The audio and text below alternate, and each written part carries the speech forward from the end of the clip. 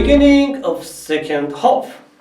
We are going to start the second half of this year while inflation is still increasing and is the primary concerns for the central banks.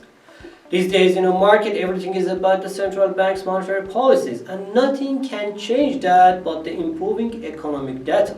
This week, we have to watch the NFP reports closely while RBI will be the first major central bank to hold its monetary policy meeting, and Fed will publish its minutes of June meeting. Let's review the most important events together, noting that the US market will be closed due to the Independence Day on Monday, July 3rd. Number 1, Reserve Bank of Australia. RBA will be the first major central bank that is going to start July's central bank's monetary policy meeting.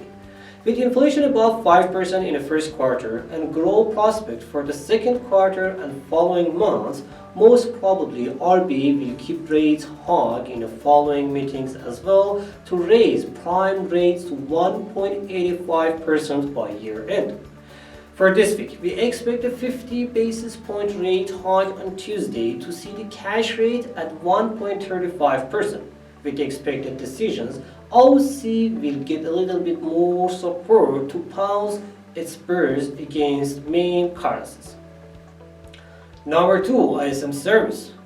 Despite higher prices, the service sector usually increases in the summer. On the other hand, the latest data also show that with improvements in the supply chain, its pressure decreases, which can help the price to slow down a little bit.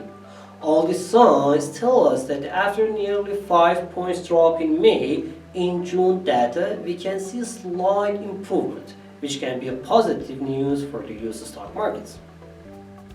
Number 3, FOMC Minutes.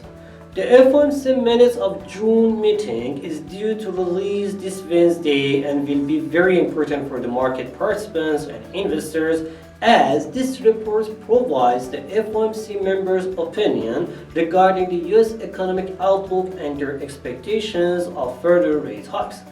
After publishing this minutes, the market can experience a sharp movement, so please be careful about your positions. Number 4, US trade balance. US trade deficit narrowed to $87.1 billion in April, primarily because of faster recovery of the US economy compared to competitors and China's lockdowns. For May numbers that we are waiting to have this week, with improving export by 1.2%, the deficit can reach $85 billion during this month.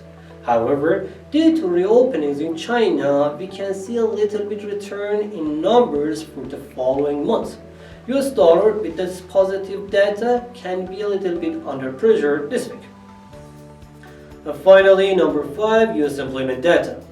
While 390,000 newly created jobs were the slowest employment growth in more than a year, it's expected that in June we see that even slower with 270,000 new expected jobs and the unemployment rate to stay unchanged at 3.6%. However, the labor force participation's number is increasing and ongoing improvement in the labor market can decrease the wages-related inflationary pressure.